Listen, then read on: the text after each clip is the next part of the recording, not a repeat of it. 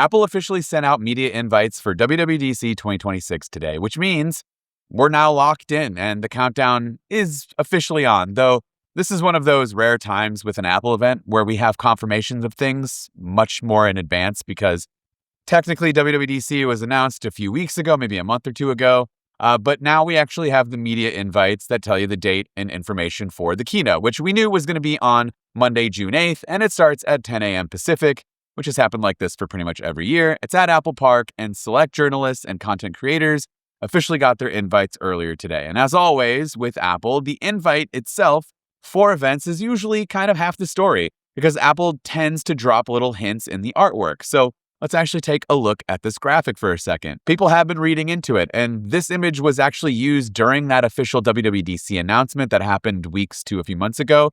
I don't really remember when, but it really hasn't changed here. So we've seen a lot of chatter about the glowing ring, almost like an eclipse or halo here with the WWDC 26 sitting right in the middle, kind of being the consensus of this is an official tease of the new Siri interface. If you remember from the leaked reports we've been covering for a while, the new Siri in iOS 27 is supposed to live in the dynamic island, and it'll feature this glowing animation when you trigger it.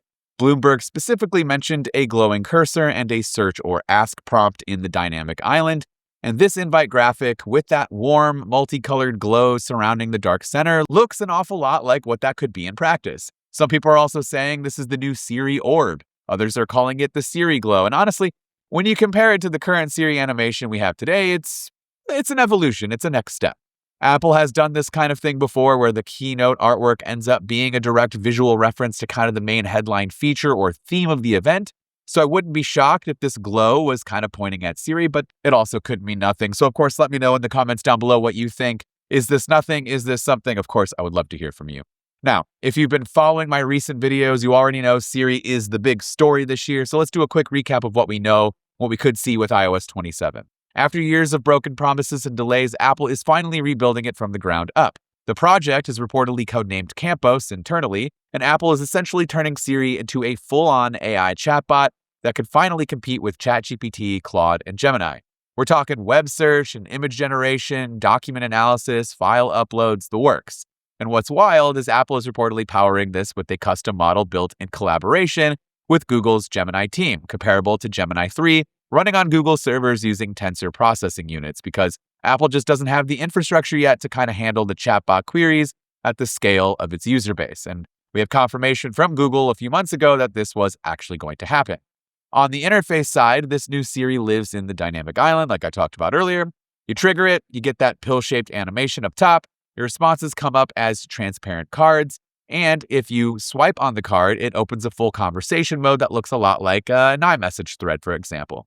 Apple is also finally building a dedicated Siri app for the first time. So you'll actually be able to go back and look through old conversations. You can search them. You can upload images and documents to them and either type or use your voice. It's everything that you'd expect from a modern AI chatbot app.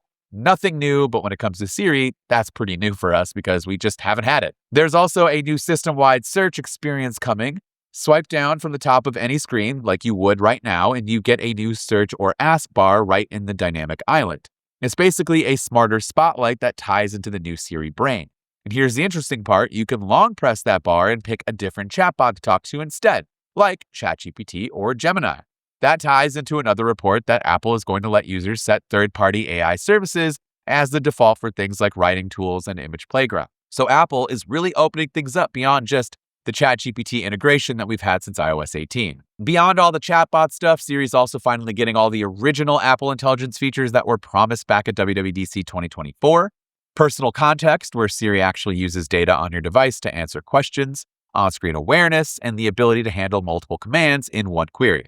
So you could ask Siri to pull up directions and then text them to somebody, and it would just be able to do both steps, which is something you can't do right now. There's also a new feature called Extensions, which is going to let third-party chatbots like Claude, ChatGPT, Gemini, etc. connect directly with Siri through the Settings app. The App Store is even reportedly going to have a dedicated extension section that acts as a marketplace for these AI integrations. Shortcuts is also getting an upgrade where you can describe what you want in natural language, and then the AI will build the shortcut for you. We've heard this for a couple of years now, Super excited about that. That could be a huge thing. And on the developer side, Apple is unveiling a new framework called Core AI that's replacing the old Core ML framework, which is a small update, but a telling brand shift away from the machine learning and towards AI. iOS 27 is also expected to include new interface changes designed for the rumored upcoming foldable iPhone.